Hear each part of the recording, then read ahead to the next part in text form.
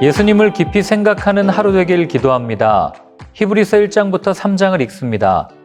어디서 누가 기록했는지 전혀 알 수 없고 유대인 공동체에서 쓰인 것으로만 추정 가능한 히브리서는 오직 예수님이 누구신지를 알리는 데 주력합니다. 유대인들에게 예수님은 황당 그 자체였기 때문입니다. 자신들이 섬기는 하나님이 이 땅에 오셨고 저주받은 것처럼 나무에 매달려 아무 힘도 쓰지 못하고 죽으셨기 때문입니다.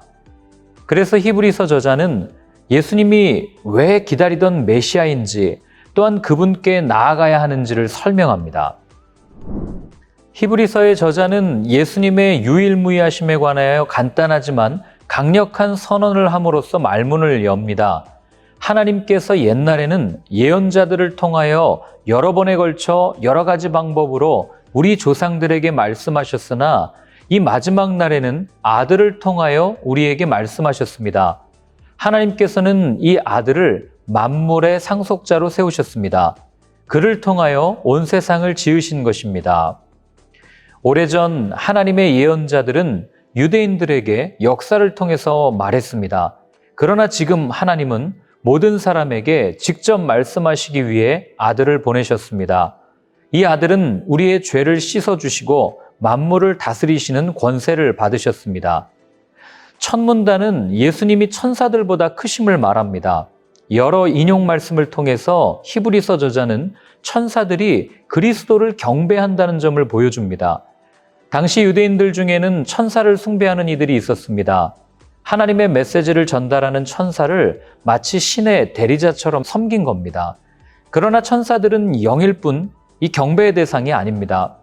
그들이 중요한 것이 아닌 보내신 분이 중요한 거죠.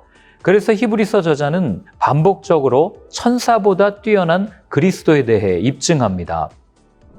천사들은 진리에 관한 메시지를 나눕니다. 그리고 이 진리는 예수님이 기적과 표적들을 행하셨을 때 입증됩니다.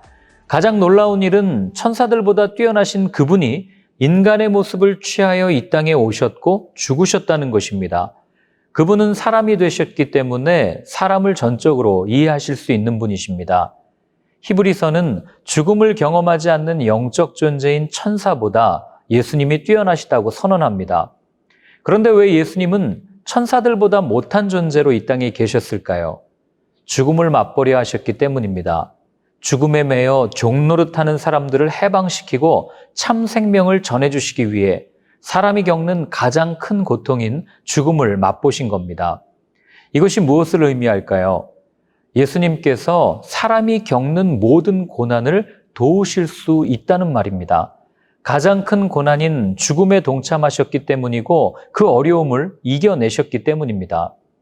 저자는 너무나도 선명하게 드러난 큰 구원을 등한시 여기지 말고 예수 그리스도를 보아야 한다고 권면합니다. 교회 역사를 보면 사람들은 다양한 방법으로 하나님을 경험했습니다. 그 경험을 토대로 하나님을 만나는 방법을 설명합니다. 문제는 자신이 경험한 방법이 유일한 것처럼 말하며 다른 방법들로는 부족하다 말하는 것입니다. 유대인들은 하나님께 율법을 받은 모세를 존경했습니다. 그는 하나님의 도우심을 힘입어 이스라엘 백성들을 이집트에서 이끌어내 약속의 땅 근처까지 인도한 데다가 또한 율법과 제사 제도는 모세를 통해 시작된 것이니 그럴 만도 하겠죠. 그러나 도가 지나쳤습니다. 히브리서는 집보다 집을 지은 사람이 중요하고 종보다 아들이 중요하듯 모세보다 모세를 통해 역사하신 분을 주목해야 한다고 전해줍니다. 하나님을 만나는 방법을 알려준 사람보다 참 하나님이신 예수님이 중요하며 예수님을 만나는 방법보다 예수님과 함께함이 중요한 겁니다. 손가락이 가리키는 방향은 보지 못하고 손가락에만 집중하는 것은 어리석은 행동입니다. 예수님을 깊이 생각하십시오. 거기에 희망이 있습니다. 사람의 마음은 갈대와 같아서 상황이라는 바람에 이리저리 흔들립니다. 예수님과 함께 있었지만 폭풍우 속에 불안해했던 제자들처럼 말입니다. 마음이 흔들리는 것이 곧 시험입니다. 히브리서는 흔들릴 때 확실한 것, 즉 본질을 꼭 붙잡으라고 말합니다. 무엇이 본질입니까? 믿음이 시작된 곳 예수님의 십자가입니다. 죽음에서 부활하신 분, 죽음이라는 단절을 영원으로 이어주신 예수님을 붙잡아야 합니다. 예수님을 붙든 손은 생명줄입니다. 다른 어떤 것으로도 대체될 수 없습니다.